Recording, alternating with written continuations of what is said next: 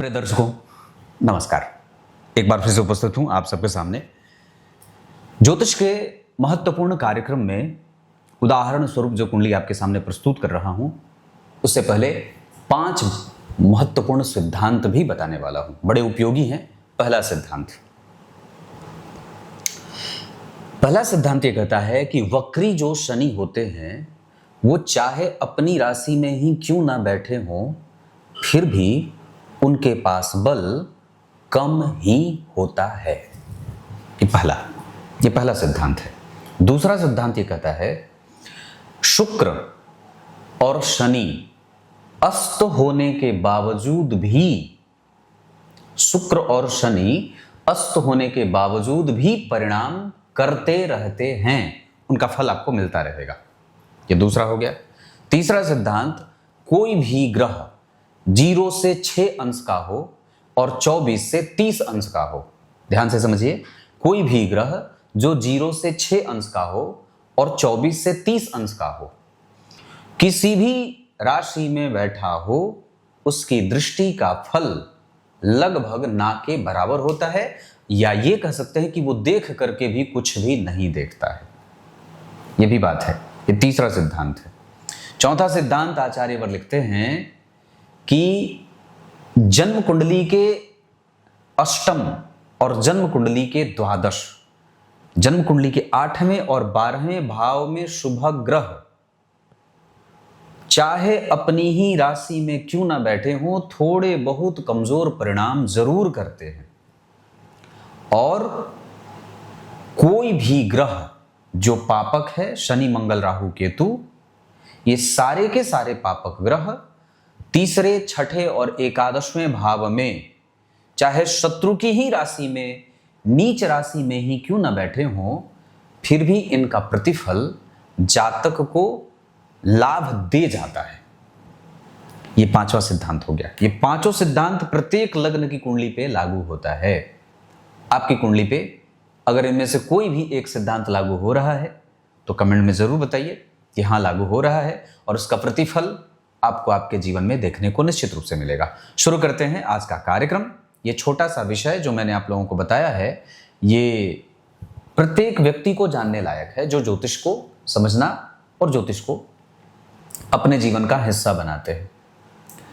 याद रखने वाली बात एक और भी होगी कि किसी भी अवस्था से, बहुत ध्यान से समझिएगा, अगर किसी भी अवस्था में जन्म कुंडली के 7वें भाव पर देवगुरु बृहस्पति की दृष्टि पड़ती है पश्चिम दिशा में, जन्म कुंडली का 7वां भाव पश्चिम दिशा होता है, लग्न पूरब है, 10वां स्थान दक्षिण है और चतुर्थ स्थान उत्तर दिशा है, तो क्या शास्त्र कर लिखते हैं कि जन्म कुंडली के 7वें भाव पे अगर देवगुरु बृहस्पति की दृष्टि होगी तो ये बहुत ही ज्यादा अच्छा और शुभ परिणाम इसके मिल जाते हैं। तो 7वें भाव पे कहां से गुरु देखेंगे?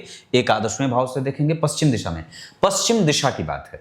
लग्न में बैठेंगे तो पश्चिम दिशा को देखेंगे, तृतीय भाव में बैठेंगे तो पश्चिम दिशा को देखेंगे। इसका प्रतिफल जातक के जीवन में शुभता का प्राप्त होता है। अब सामान्य बात है कि जब गुरु 7वें भाव में बैठेंगे तो उसका जो प्रभाव होगा वो थोड़ा कमजोर भी हो सकता है, लेकिन 7वें भाव पे दृष्टि का जो प्रतिफल होगा वो जातक को साफ और सुथरा परिणाम देते हैं। किसी भी स्थिति में पूरब दिशा अर्थात लग्न, किसी भी स्थिति में पूरब दिशा में शुभ ग्रहों की जो दृष्टि होती है वो बड़ी शुद्ध काम करती है। शुक्र हो जाए, गुरु हो जाए, बुध हो जाए, चंद्रमा हो जाए। पूरब दिशा में जैसे पश्चिम दिशा में गुरु का प्रभाव शुभ माना गया, वैसे ही लग्न पर यानी कि पूरब दिशा में शुभ ग्रहों का प्रभाव, चंद्रमा, शुक्र, बुध और गुरु भी अगर पूरब दिशा को देखते हो तो ये जातक के जीवन में लाभ प्रदान करने वाले हो जाते हैं। क्लियर है? अब आइए इनकी कुंडली के पंचांग से आपका परिचय करा देता हूं। ये कुंडली आई है मेरे पास पंजाब राजपुरा से, और शुरू करते हैं आज का कार्यक्रम। कहीं नहीं जाना है, बिल्कुल बन के रहिएगा। जब बात पंचांग की करते हैं तो सबसे पहले जन्म होता है मार्गशीर्ष और पौष माह में। ऐसे लोगों का जो दाम्पत्य होता है या कई बार उनका जो निर्णय होता है वो थोड़ा गड़बड़ भी होता है, या कई बार अपनी बुद्धि का गलत इस्तेमाल भी करते देखा जाता है, या ये कहें कि वक्त पे बुद्धि काम ना आए, ऐसा भी होता है। उत्तरायण में जितने भी शुभ ग्रह होंगे, क्योंकि सूर्य जो है वो धनु राशि में है, और कृष्ण पक्ष की चतुर्दशी तिथि दिन गुरुवार को जन्म हुआ है। कृष्ण पक्ष की चतुर्दशी तिथि के जो चंद्रमा होते हैं वो पापक होते हैं।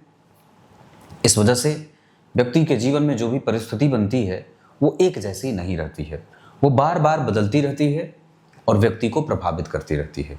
सिर्फ यहाँ परिस्थिति ही नहीं बदलती, अपितु व्यक्ति का मन और मन में बुद्धि में उठने वाले विचार भी बदलते रहते हैं।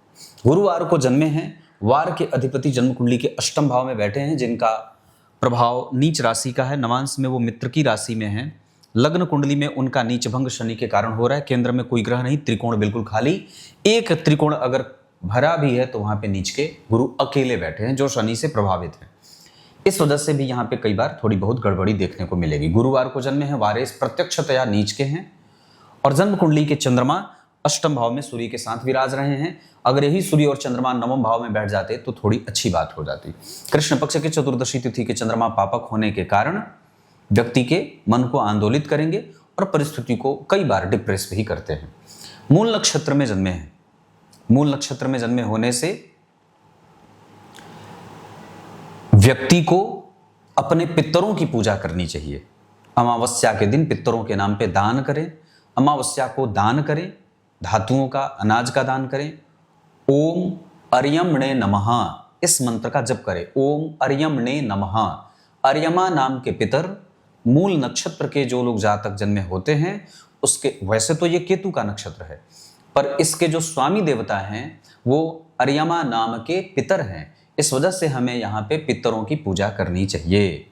और साथ ही साथ अगर बात बन पड़े तो पितरों के निमित्त जितना भी हो सकता है आप काम कर सकते हैं। त्रिपिंडी श्राद्ध वगैरह कराना चाहिए। ध्रुव योग में जन्मे हैं तो अपने निर्णय पे व्यक्ति को बड़ा विश्वास रहता है, वो टिक करके काम करता है। क्षत्रिय वर्ण और राक्षस गण होगा। इस वजह से व्यक्ति के जीवन में पराक्रम, प्रभुता, स्वाभिमान, महत्वाकांक्षा ये सब गुण भर जाते हैं। राक्षस गण के कारण कई बार व्यक्ति में ईर्ष्या, द्वेष, मिसकम्युनिकेशन, छल, थोड़ा बहुत कपटपूर्ण व्यवहार, पीठ पीछे बुराई करना, तृष्णा, धन का लोभ, सामान्यतया ये एक मानव के जीवन में जो भी होता है वो सब देखने को मिलता है। पर ये बहुत ज़्यादा नहीं होगा क्योंकि गुरु की दृष्टि लग्न पे है और साथ ही साथ जन्म कुंडली के जो क्या बोलते हैं कि शनि है वो दशमेश होकर के देख रहे हैं। गुरु और शनि की दृष्टि लग्नेश के साथ जो प्रभाव है वो सूर्य का है। हालांकि उतना मजबूत नहीं कहेंगे पर फिर भी गुरु और शनि जैसे ग्रह की दृष्टि पड़ जाने से व्यक्ति अपने काम पे फोकस करने वाला होता है और न्यायप्रिय होता है। उसके साथ समाज, दुनिया, रिश्तेदार, नातेदार भले ही न्याय ना करें पर वो व्यक्ति किसी के साथ अन्याय नहीं करना चाहता है। ये एक सामान्य बात है। जीवन की गति धीरे धीरे स्थिरता को प्राप्त करती है क्योंकि स्थिर लग्न की कुंडली बनी है। नवांश चक्र में भी स्थिरता बनी है। यहाँ पे भी व्यक्ति के जीवन में स्थिरता देखने को मिलेगी। हालांकि यहाँ पे कई बार दाम्पत्य में थोड़े बहुत मतभेद यहाँ मंगल और केतु के कारण और यहाँ भी केतु के कारण दिखाई दे रहा है। सूर्य जन्म कुंडली में चतुर्थ स्थान में बैठे हैं लग्नेश होकर के। 12वें भाव में राहु, बुध और चंद्रमा के प्रभाव में हैं। इस कारण से वहाँ पे कभी कभी शारीरिक सुखों की कमजोरी भी देखने को मिलती है या आपको थोड़ा नुकसान उठाना पड़ता है। तो ये बात हो गई। पंचांग में कमजोरी क्या है? पंचांग में कमजोरी है कि चंद्रमा पापक हैं, वार के अधिपति नीच राशि में हैं और राक्षस गण बना हुआ है। इस वजह से कभी कभी दाम्पत्य में भी छोटे मोटे मतभेद कई बार गहरे होते जाते हैं और उसको समय पे अगर नहीं निपटारा किया गया बात करके तो वो कई बार गहरा घाव बना देते हैं। ये भी बात होती है। तो अब यहाँ से मैं आपको आपकी कुंडली से परिचय करा देता हूँ जिसमें मैं ग्रहों के अंश के बारे में चर्चा कर देता हूँ। सबसे पहले बात करेंगे लग्न का मान 24 अंश 29 कला का है। ये सामान्यतया ठीक है। जहाँ प्रबुद्ध लग्न इसे कहा जाएगा, मृगशीरा नक्षत्र का लग्न बना है और मंगल देख भी रहे हैं अपनी 8वीं दृष्टि से लग्न को। लग्न पर शनि की दृष्टि है जो दशम और नवम भाव के स्वामी हैं। केंद्र और त्रिकोण के स्वामी का केंद्र में बैठना, लाभ भाव के स्वामी का नवम में आकर के लग्न को देखना, पंचम को, तृतीय भाव को देखना, हर जगह कहीं ना कहीं ये अच्छा परिणाम देंगे। सामान्यतः थोड़े बहुत लाभ और मिसकम्युनिकेशन की स्थिति बनाएंगे, मतलब कम्युनिकेशन की कमजोरी होती है। 12वें भाव में राहु बैठे हैं जिनकी दृष्टि चतुर्थ स्थान पे है और साथ ही साथ मंगल और केतु पे भी है। इसका अर्थ होगा कि व्यक्ति के जीवन में शत्रुओं का होना भी है क्योंकि मंगल तुला राशि में बहुत अच्छे परिणाम नहीं करते हैं और मंगल नवांश चक्र में अपने नवांश को पकड़ रहे हैं या अपनी राशि में बैठ रहे हैं नवांश में, इस वजह से उनके कुछ शुभ परिणाम जातक के जीवन में देखने को मिल जाएंगे। द्वितीय भाव खाली अष्टम में बैठे हैं द्वितीय से, इस वजह से मेहनत करके परिणाम प्राप्त होगा। तृतीय भाव के स्वामी भी अष्टम भाव में बैठ करके व्यक्ति के जीवन में विषम परिस्थितियों का निर्माण करते हैं, यहां भी आपको कई बार संघर्षों का सामना करना पड़ता है। चतुर्थ स्थान के अधिपति भी अष्टम भाव में बैठ करके ससुराल वालों से कई बार मतभेद, पति पत्नी का मतभेद, माता पिता का मतभेद, या कई बार व्यक्ति को पिता का सुख मिले तो माता का नहीं, माता का मिले तो पिता का नहीं, सास का मिले तो ससुर का नहीं, ससुर का मिले तो सास का नहीं, किसी एक का नहीं मिलता है। और ये कुहू योग हो जाता है जब चतुर्थ भाव के स्वामी अष्टम भाव में चले जाते हैं, तो कई बार व्यक्ति को कई बार बड़ा उनके रिश्तेदार नातेदार बड़े कम होते हैं, मतलब सगे संबंधी बड़े कम होते हैं, या अगर हैं भी तो वो बहुत दूर हैं या कम ना के बराबर हैं। कई बार एकांत अकेले में ही जीवन बिताना पड़ता है। पंचम भाव के स्वामी का अष्टम भाव में बैठना भी कई बार एक अच्छी शिक्षा तो दे देता है, रिसर्च हो जाए, साइंटिस्ट हो जाए, वैज्ञानिक हो जाए, डॉक्टरी पद्धति हो जाए, इंजीनियरिंग हो जाए, ये सब बहुत अच्छा हो जाता है, मतलब प्रोफेशनली कुंडली को एक अच्छी ग्रोथ मिल जाती है।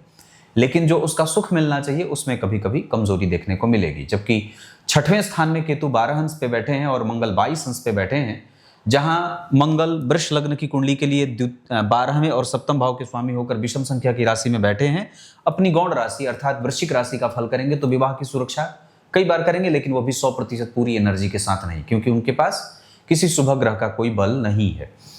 भाव के 3 घर आगे सारे के सारे पॉजिटिव ग्रह बैठे हैं, जो कि वृष लग्न की कुंडली के लिए शुक्र लग्नेश होते हैं, बुध धनेश होते हैं, चंद्रमा भी शुभ ग्रह हैं, सूर्य भी अष्टम भाव में, तो ऐसी कोई बात है। तो यहाँ पे मंगल और केतु को कोई प्रत्यक्ष बल नहीं मिल रहा है, लेकिन इस भाव का बल गुरु बढ़ा रहे हैं, भाव से 4 घर आगे गुरु शुभ ग्रह होकर के बैठ रहे हैं। तो लेकिन वृष लग्न की कुंडली के लिए देवगुरु बृहस्पति भी एकादश में और अष्टम भाव के स्वामी होने के कारण पापी होते हैं, यहाँ पे उनका संबंध कई बार कमजोर हो जाएगा। और मंगल की उच्च दृष्टि प्राप्त कर रहे हैं, शनि की भी दृष्टि प्राप्त हो रही है, इस भाव से 4 घर आगे राहु, इस भाव से 10 घर पीछे केतु, तो नवम भाव कहीं ना कहीं एक जो एक्सिस उसकी बन रही है वो पापक ग्रहों की बन रही है। इसके कारण कई बार पति पत्नी में और भाग्य के प्रभावों में कम्युनिकेशन और भाग्य का सुख कमजोर या भाग्य की चिंता पैदा करते हैं, जिस वजह से कई बार संतान में भी दिक्कत होती है। शनिदेव जन्म कुंडली में 12 अंश पे बैठे हैं, अपने नक्षत्र में बैठे हैं, और इस कारण से व्यक्ति के जीवन में गंभीरता, गंभीर चिंतन और एकाकीपन, उदासीनता और असंतोष की प्रवृत्ति, ऐसा शनिदेव देते हैं। अष्टम स्थान में सूर्य 25 अंश पे बैठे हैं पूर्वाषाढ़ा नक्षत्र में, वो ठीक बैठे हैं क्योंकि शुक्र वहीं बैठे हैं, तो और शुक्र भी अपने नक्षत्र में बैठे हैं, इस वजह से वहां पे एक अच्छा भाव दिखेगा।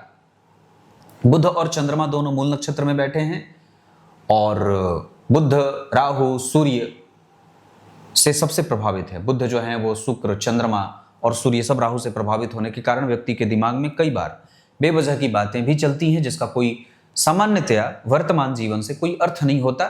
बेवजह की चिंताएं जो व्याप्त रहती हैं वो इसके कारण व्याप्त रहती हैं क्योंकि अष्टम भाव पे सारे के सारे पापक ग्रहों का प्रभाव कहें, या सारे ग्रह जब अष्टम भाव में बैठते हैं तो कभी आत्मविश्वास डगमग होता है, कभी मन डगमग होता है, कभी जो है वो काम भाव डगमग होता है, तो ऐसी चीजें देखने को मिलती हैं। वहां पे मंगल 22 अंश का मैंने बताया, सूर्य 25 अंश, शुक्र 22 अंश के बैठे हैं, बुध 11 अंश और चंद्रमा 10 अंश पे बैठे हैं। तो अवस्था के हिसाब से बुधदेव अस्त हैं और शुक्र भी अस्त हैं। तो अभी मैंने पूर्व में कार्यक्रम, अभी थोड़ी देर पहले क्या कहा कार्यक्रम के आरंभ में, कि शुक्र और शनि अस्त होकर के भी कई बार परिणाम देते रहते हैं और लगभग आपको उसका परिणाम मिलता रहता है। तो यहाँ पे बुध वक्री हैं, वक्री नहीं है, कोई भी ग्रह वक्री नहीं है, तो ये अच्छी बात होगी कुंडली के लिए, संघर्षों को कम करेगी। लेकिन शुक्र अस्त होने के बावजूद भी परिणाम देंगे, और शनि यहाँ पे अस्त नहीं है, तो ये जातक के लिए अच्छी बात है कि कुंडली का योग कारक ग्रह आपकी कुंडली में अस्त नहीं है। गुरु 26 अंश पे, इस कुंडली का पापी ग्रह ही आत्मकारक है। नवांश कुंडली में गुरु की राशि बनी है पंचम स्थान में और अष्टम स्थान में, कोई भी ग्रह नहीं बैठा है, इस वजह से गुरु के कारण किसी भी ग्रह में बल प्रत्यक्ष रूप से नहीं मिल रहा। यहाँ शुक्र और शनि के बैठने के कारण व्यक्ति विवाह को बचाने की या विवाह को आगे ले जाने की पूरी कोशिश करता है, ये भी बात देखने को मिलती है। लेकिन प्रायः एक छोटा बहुत संघर्ष यहाँ सूर्य के कारण मिलता है। बाहर से देखने पर सब अच्छा लगता है, पर अंदर ही अंदर थोड़े बहुत हेडक मिलते हैं, हालांकि वो जैसे सभी विवाह में होते हैं, पर यहाँ पे थोड़ी बहुत संघर्ष की बात यहाँ पे बुध राहु चंद्रमा के कारण दिखाई दे रही है। कम्युनिकेशन ठीक मंगल कर रहे हैं, लेकिन यहाँ पे भी केंद्र के 2 घर खाली हैं, यहाँ केंद्र के 3 घर खाली हैं। केंद्र का खाली होना बहुत अच्छा नहीं माना जाता है। इससे अच्छी बात होती कि सारे ग्रह यहाँ केंद्र में बैठ जाते, सप्तम में ही बैठ जाते तो कोई बात नहीं है। अगर हम चलित चक्र की बात करते हैं तो चलित चक्र में भी कोई भी ग्रह बदल नहीं रहा है। इस वजह से कई बार ये कुंडली को संघर्ष में ले जाने वाली बात हो जाती है। उसके बाद 12वें भाव के राहु हैं बेवजह की चिंताओं में, और कई बार व्यक्ति को कई बार तो दाम्पत्य में ही मतभेद हो जाता है, और इतना मतभेद हो जाता है कि कई बार उसे किसी तीसरे व्यक्ति के हस्तक्षेप से आगे चलाना पड़ता है। ये भी बात होती है। तो ये आपकी कुंडली के ग्रहों की बात हो गई।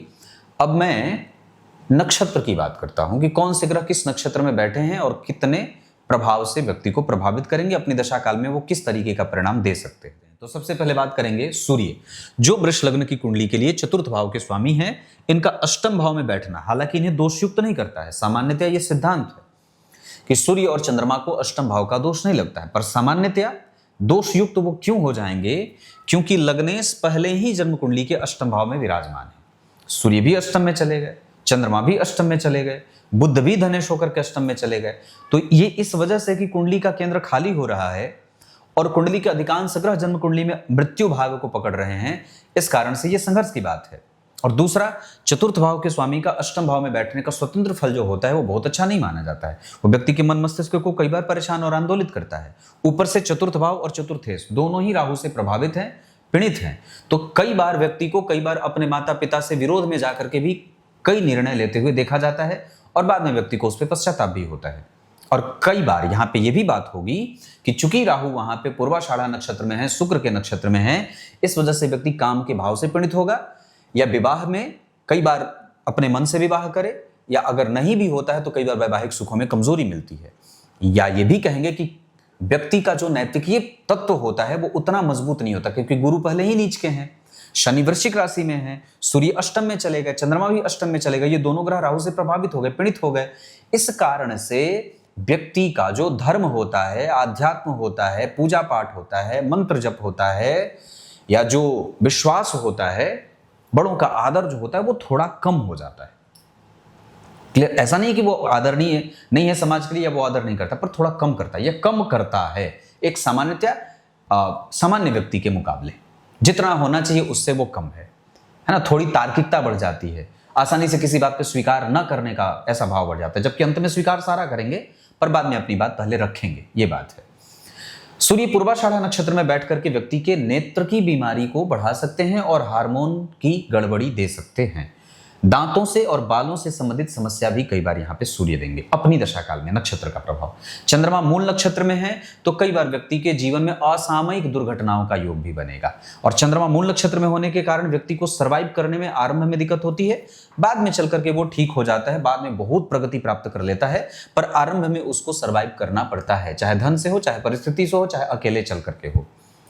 मंगल जन्म कुंडली में विशाखा नक्षत्र में बैठे हैं, और यहाँ वो गुरु जो बैठे हैं वो धनिष्ठा नक्षत्र में है। तो इस आधार पर अब यहां पे बात होगी कि मंगल तुला राशि में, विशाखा गुरु का नक्षत्र, और गुरु धनिष्ठा में।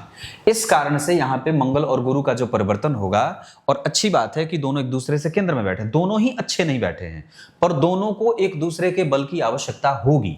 और मंगल की दृष्टि जो गुरु को प्राप्त हो रही है वो व्यक्ति को एक पॉजिटिव अपीयरेंस के साथ किसी भी विषय को अपने से दूर जाते हुए जब देखता है तो उसको अपनी तरफ खींचने के लिए यह मंगल का बल उसे काम करेगा। परिस्थिति से लड़ने का जो बल है, जो समझाने की शक्ति है, कन्विंसिंग कैपेसिटी है, जो मेंटेन करने की शक्ति है, वो इसी मंगल के और गुरु के नक्षत्र परिवर्तन के कारण आएगी।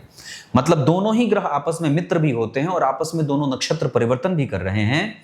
इस वजह से इसे एक अच्छी बात कही जाएगी, और कुंडली की ये सबसे अच्छी बातों में से एक बात होगी।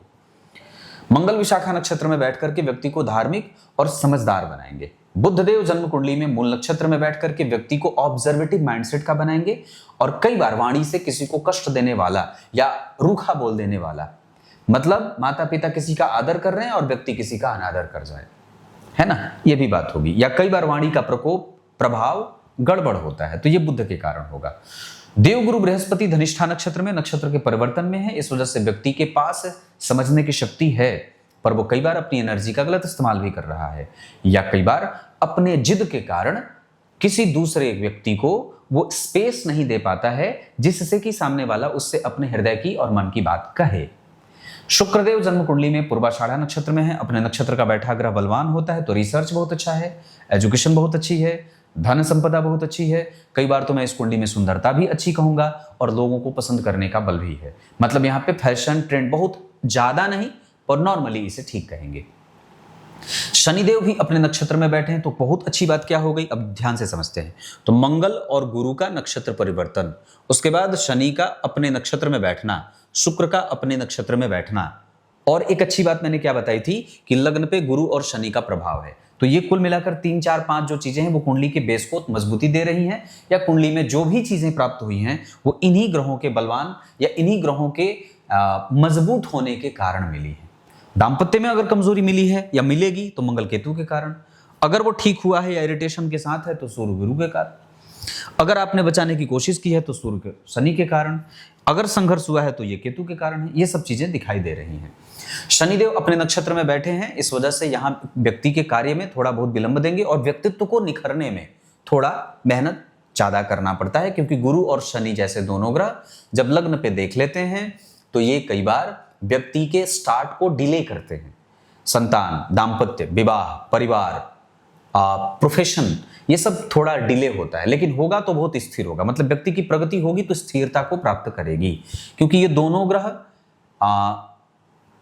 स्थिरता में विश्वास करते हैं, मंदगामी ग्रह हैं, धीरे धीरे चलते हैं और ये गंभीर ग्रह हैं, दीर्घ आकार के। इस कारण से व्यक्ति का जो व्यवहार है वो निखर कर धीरे धीरे किसी को समझाता है, एक ही बार में वो किसी के दृष्टि में अच्छा नहीं हो जाता है।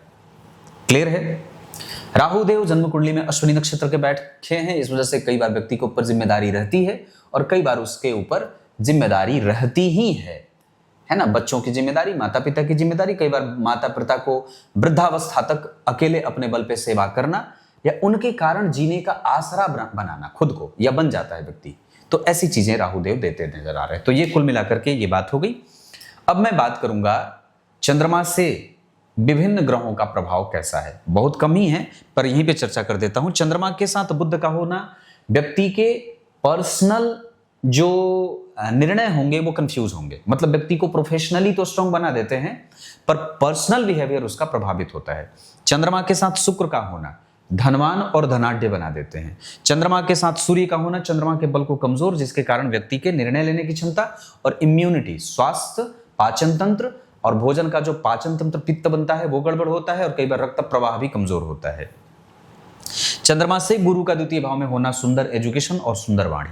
चंद्रमा से 12वें भाव में शनि का जाना दाम्पत्य में कमजोरी और कई बार कठोर बोल देना, कड़वा बोल देना। चंद्रमा से 12वें के बाद 11वें घर में केतु श्रेय प्राप्त करना, समाज में प्रतिष्ठा प्राप्त करना और साहसी होना। 11वें घर के केतु बैठे हैं, इस वजह से व्यक्ति को कहीं ना कहीं से संतान का सुख मिल जाता है। ये भी बात है। तो कुल मिलाकर के इतनी बात हो गई।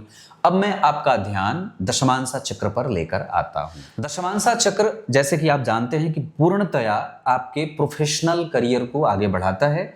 वो समग्र अध्ययन उसका इसलिए किया जाता है ताकि व्यक्ति का करियर कितना ब्राइट है। इस हिसाब से केंद्र में द्विस्वाभाविक राशि बनी है तो ये व्यापारिक राशि बन गई, या व्यक्ति का व्यापारिक मानसिकता रहता है।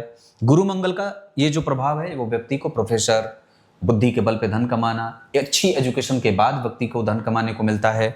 लग्न पर बुध की दृष्टि है, गुरु का भी प्रभाव है और जन्म कुंडली में शुक्र 11वें भाव में बैठे हैं धनेश होकर के। ये भी अच्छी बात है कि धन भाव का स्वामी लाभ में बैठा और लग्न पर गुरु की दृष्टि है जो व्यक्ति के जीवन की सुरक्षा करेंगे।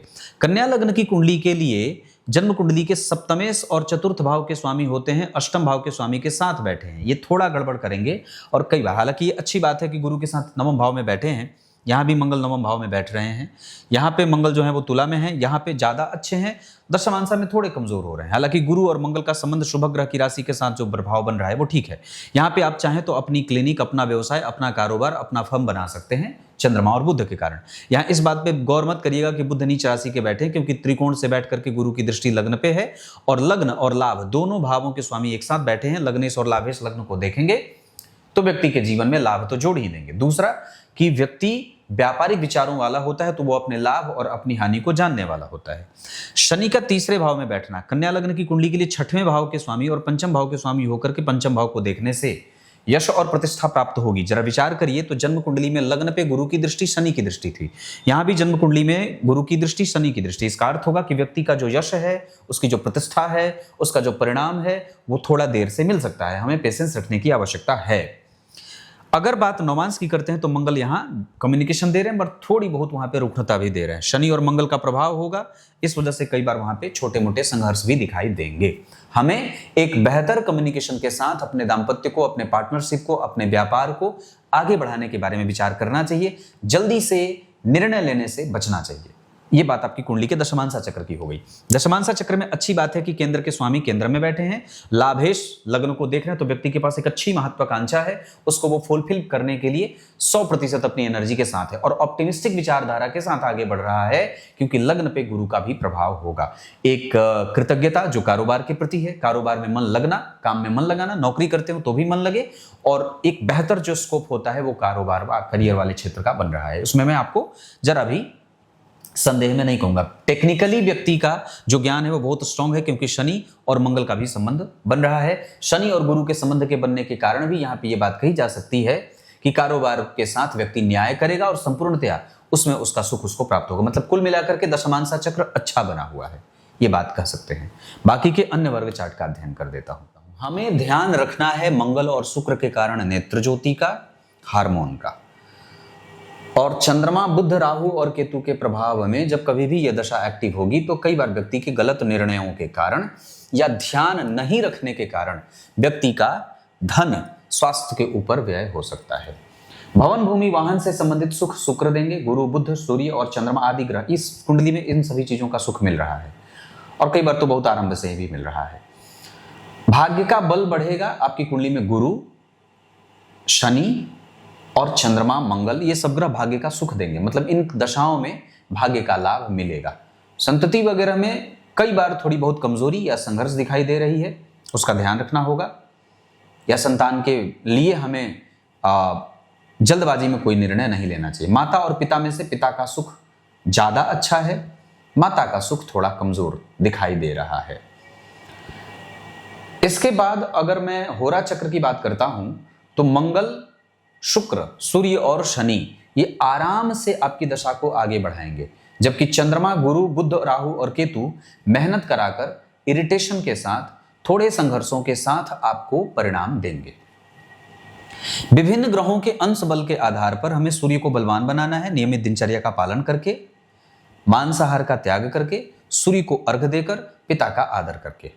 चंद्रमा को बलवान बना सकते हैं, नियमित दिनचर्या का पालन करें और पूर्णिमा का व्रत करें। चंद्रमा को अर्घ्य दें दूध से। मंगल को बलवान बना सकते हैं, बजरंग बली के 12 नामों का नित्य 12 बार उच्चारण करें, बजरंग बली के मंदिर का दर्शन करके, अपने धर्म का पालन करके, रामचरितमानस आदि का पाठ घर में करते रहें। गणेश जी को दुर्वा और दूध और साथ ही साथ गणपति अथर्वशीर्ष का पाठ सुने या पढ़ें। गुरु दीक्षा से युक्त करें खुद को, वैष्णव मंत्रों से दीक्षित हों, इसकी कोशिश करें जल्दी से हो जाए। मांसाहार का त्याग करें, ब्राह्मणों का आदर करें, कुल पुरोहित और कुल गुरु इनका आदर और सम्मान घर में बुलाकर करें। ब्राह्मणों को दान करें, वेद पढ़ने वाले विद्यार्थियों को दान करें। शुक्र का प्रभाव आपको देवी मैया को माला अर्पित करें और ब्रह्मचर्य का पालन करें। शनि, राहु और केतु आपकी कुंडली में 100% परिणाम कर रहे हैं, और इनके लिए मैं अच्छी बात कहूंगा कि ये आपके लिए अच्छे हैं, जहां व्यय का संतुलन, एक बेहतरीन मानसिकता और न्यायपूर्ण विचार, ये सब आपकी कुंडली में बना हुआ है। मूल नक्षत्र में दान करना सही होगा। अश्विनी, अनुराधा, उत्तरा फाल्गुनी, उत्तरा भाद्रपद, पुष्य, पुनर्वसु और भरणी, ये नक्षत्र किसी भी कार्य को करने के लिए उत्तम रहेंगे। अंक 3 और 6 बहुत अच्छा रहेगा। दिन शुक्रवार और बुधवार का बहुत अच्छा है। धन कमाने के लिए आपकी कुंडली पश्चिम दिशा में जा सकती है। इतनी सारी चीजें हैं। विवाह में मतभेद इस कुंडली में दिखाई दे रहा है। अंक बता दिया। भवन जिसमें आप निवास कर सकते हैं वो रहेगा मीन, मेष, वृष, मिथुन, कर्क, सिंह, कन्या। मीन, मेष, वृष, मिथुन, कर्क, सिंह, कन्या, तुला, वृश्चिक, धनु। उत्तर दिशा का मकान बहुत अच्छा रहेगा। रत्न जीवन पर्यंत इस कुंडली में अगर बनेगा तो सफेद पुखराज बनेगा। अभी मंगल की दशा है जो मारक भी हैं, छठे भाव में है, हालांकि पूर्णतया मारक नहीं हो रहे हैं, पर फिर भी हमें मंगल की महादशा में केतु आएंगे 2028 में, और एक मंगल की दशा में शुक्र आएंगे 2028 के अगस्त में। मतलब 28 की जो दशा है वो मार्च से लेकर के नवंबर तक थोड़ी कमजोर जा सकती है, हमें उसका ध्यान देना होगा। राहु की दशा में, मंगल की दशा में ऑपरेशन वगैरह भी होता है, और राहु की दशा में दशा अच्छी बीतेगी, जिम्मेदारियों का बोझ हल्का होगा, और उस समय एक लाजवर्त धारण करना चाहिए। अगर कोई शुरू करना चाहते हैं तो आप पूर्णिमा का व्रत कर सकते हैं, आपको उससे ज्यादा फायदा होगा। क्लियर है? अष्टक वर्ग के आधार पर व्यक्तित्व बहुत अच्छा है, वाणी को ठीक करना है, मेहनत आप सही कर रहे हैं उसको बनाए रखें, मानसिक शांति के लिए घर की सफाई खुद से करें। इसके अतिरिक्त हमें प्रेम प्राप्त है, प्रेम मिल भी रहा है, पर बड़ा कम लोग हैं जीवन में। इसके बाद नौकरी और व्यापार में, नौकरी ज्यादा अच्छी है, व्यापार कुंडली को कम मिलेगा। कंसंट्रेशन पे फोकस बढ़ाना है, नियमित दिनचर्या का पालन इस कुंडली को सबसे ज्यादा जरूरी रहेगी। कम्युनिकेशन को और भी ज्यादा बेहतर कर सकते हैं, दूसरों को सुने समझें और जिद्दी ना बने। इसके साथ सामाजिक प्रतिष्ठा बहुत अच्छी है, हम समाज के सभी लोगों का सुख भी प्राप्त करेंगे। इसमें कोई दो राय नहीं है कि कुंडली अपनी जिम्मेदारियों का निर्वहन करेगी। आपकी समाज के प्रति जो जिम्मेदारी है उसको और भी ज्यादा समझने की आवश्यकता है। ये कुंडली ऋण में ले लेगी, ऋण में चली जाएगी तो नुकसान होगा। ऋण का लेन देन न करे, किसी को भी पैसे ना दे, भूल करके भी नहीं, 2 रुपए भी नहीं। उधार दे देंगे तो पैसा अटक जाएगा, और किसी पे भी यात्रा में विश्वास न करें, है ना। इतनी सारी चीजें हैं। कुछ इसी तरीके से आज के इस कुंडली विश्लेषण के कार्यक्रम का समापन करते हैं। तब तक के लिए बहुत बहुत नमस्कार।